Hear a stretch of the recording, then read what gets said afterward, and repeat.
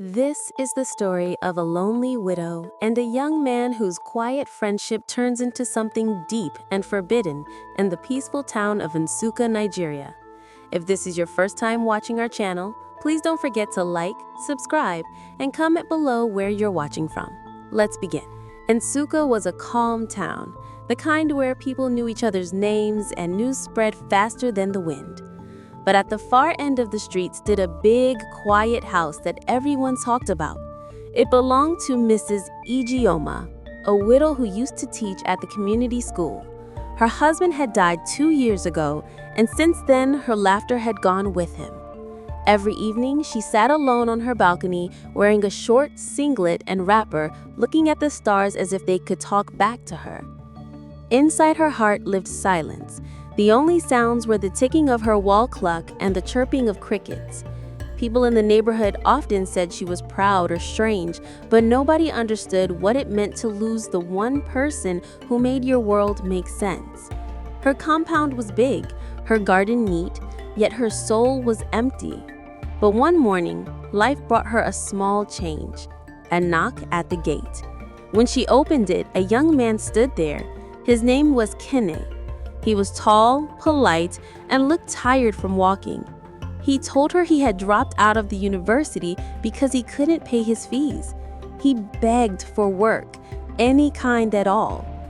Ijeoma looked at him quietly for a while and then said softly, "You can start tomorrow." Those simple words became the beginning of something no one in Nsukka could have ever predicted, not even her. Kene started work the next morning before the sun had fully risen. The air was cool and mist floated gently over the compound. He swept the yard, washed the car, and cleaned the veranda. Everything he touched, he did with care. Mrs. Ijeoma watched him quietly from her balcony. For the first time in a long while, she felt the house breathe again. The footsteps, the sound of sweeping, even the clinking of plates in the kitchen brought life to a space that had been dead for too long. Days turned into weeks, and though no words were exchanged beyond work instructions, a quiet understanding began to grow between them. It wasn't love, not yet. It was something gentler, something that felt like the return of warmth to a cold heart. For the first time since her husband's death, Ijeoma began to sleep through the night. She didn't know why, but she knew it had something to do with the young man who now lived under her roof. Every evening Nsukka came with a soft wind that carried the smell of firewood and roasted corn. Inside the compound, Kene moved quietly through his chores, while Mrs. Ijeoma sat on the balcony as she always did. It became their silent routine. At exactly 8 o'clock, Kene would knock softly on the door, carrying a cup of warm tea. She would nod, take the cup, and say a quiet thank you. Sometimes their eyes met briefly, and in that moment, something unspoken passed between them, something neither of them could name. Kene had never met a woman like her before. She spoke gently, carried herself with grace, and even in her sadness, she looked beautiful. But he also knew his place. He was only a house assistant, and she was a woman of class. So he buried his thoughts deep and focused on his work. Yet, every night, when he saw her on the balcony in her thin singlet, looking at the stars, his heart would beat a little faster. There was peace in her silence, and he found comfort just being near her. As days turned into weeks, the nights began to feel shorter.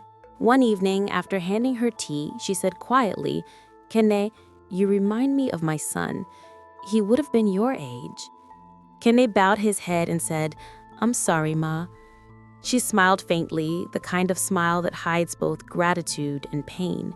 That night, for the first time, she didn't sit alone after he left. She asked him to pull a chair and sit beside her for a while. From that moment, the nights in the quiet house of Nsukka began to change. From that evening onward, their nights slowly grew warmer. Sometimes they talked about small things, the weather, the noise from children playing down the street, or how the town used to be busier when her husband was alive. At other times, they sat in silence, listening to the night birds. The space between them felt safe, but it also carried a quiet tension neither could explain. Kene tried to keep his thoughts clean, But every time she laughed softly or brushed her hair aside, he felt something stir inside him. People in Nsukka soon began to notice changes around the house. The widow who used to hide behind her curtains now smiled when greeting the fruit seller. She even started going to church again. Some neighbors whispered that it was because of the new young man working for her.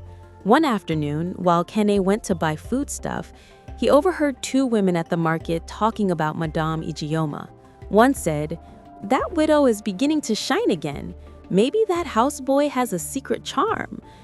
Kene didn't respond, but the words burned inside him. He didn't want to cause her shame. He respected her too much for that.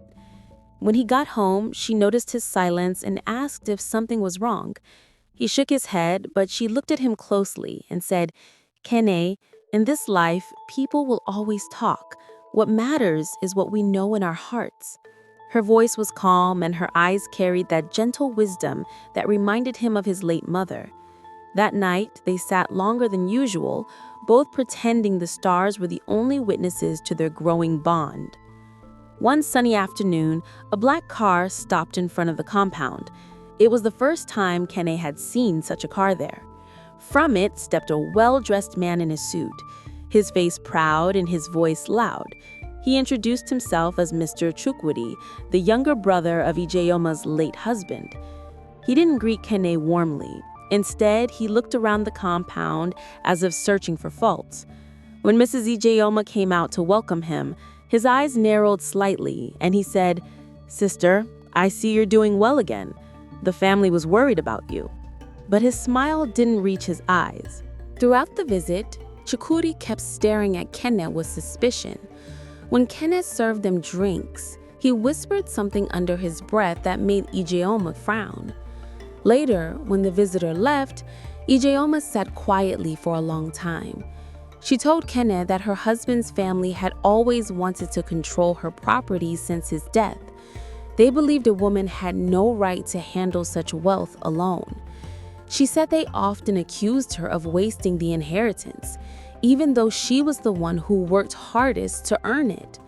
That night, she didn't sit on the balcony. She stayed in her room with the lights off. Kene could hear her pacing slowly. The next morning, her eyes were swollen, but she still managed a weak smile. When he brought her tea, she said softly, "Kene, sometimes the people closest to us become our greatest enemies." He nodded silently, knowing that trouble had only just begun. The peace of Nsukka was about to be shaken by secrets too heavy for the quiet night to hold. The next few days were tense. Mrs. Ijeoma stopped laughing as she used to. She spoke less and stayed indoors most of the time. Kene could feel her sadness filling the house again, like heavy air. Then one morning, a letter came from her late husband's family. They were demanding that she hand over part of the estate, claiming she was unfit to manage it alone. She tore the letter into pieces, but her hands were shaking. Kenneth wanted to speak, but he didn't know what to say. He simply stood by her side as she tried to hold back tears. Later that night, she went to the balcony again. The stars were bright and the wind was calm. Kenneth brought her tea as usual, but this time she asked him to stay. She spoke in a low voice about her husband's death, how his family turned against her, and how loneliness nearly destroyed her. Kenneth listened without interrupting, his heart heavy with sympathy. When she looked up at him, her eyes were wet. She said quietly, "You are the only person who makes this house feel alive again." For a moment, neither of them moved. The night was so silent that even the crickets stopped singing. Then she looked away quickly, embarrassed by her own words. Kenneth stood still, torn between respect and emotion. He wanted to comfort her, but he also knew the danger of crossing lines that society would never forgive. That night, both of them went to bed with hearts full of thoughts they couldn't share. The bond had grown deeper, but so had the risk. The morning after that quiet night came with the smell of rain and the sound of thunder in the distance.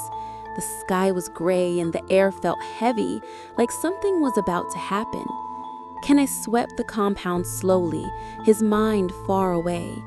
He could still hear her voice from the night before, soft and trembling, saying he made the house feel alive again.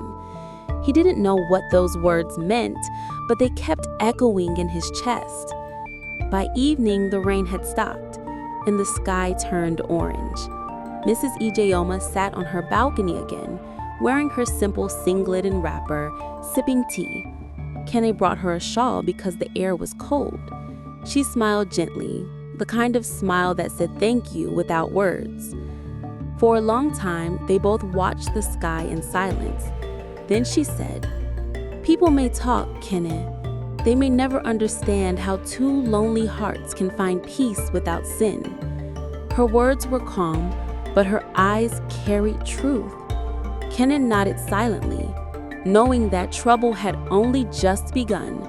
The peace of Nsukka was about to be shaken by secrets too heavy for the quiet night to hold. Weeks later, rumors spread across Nsukka again. Some said the young boy had charmed the widow. Others said the widow had bewitched him. But inside that house, none of those words mattered. The woman who once cried every night now smiled again, and the boy who once begged for work had found purpose. Life continued quietly, and every night the light on the balcony still burned. 2 cups of tea beside it. 2 souls healed by the simple gift of company. If you enjoyed this emotional story, don't forget to like, subscribe, and comment below where you're watching from. More stories like this are coming soon. Thank you for watching.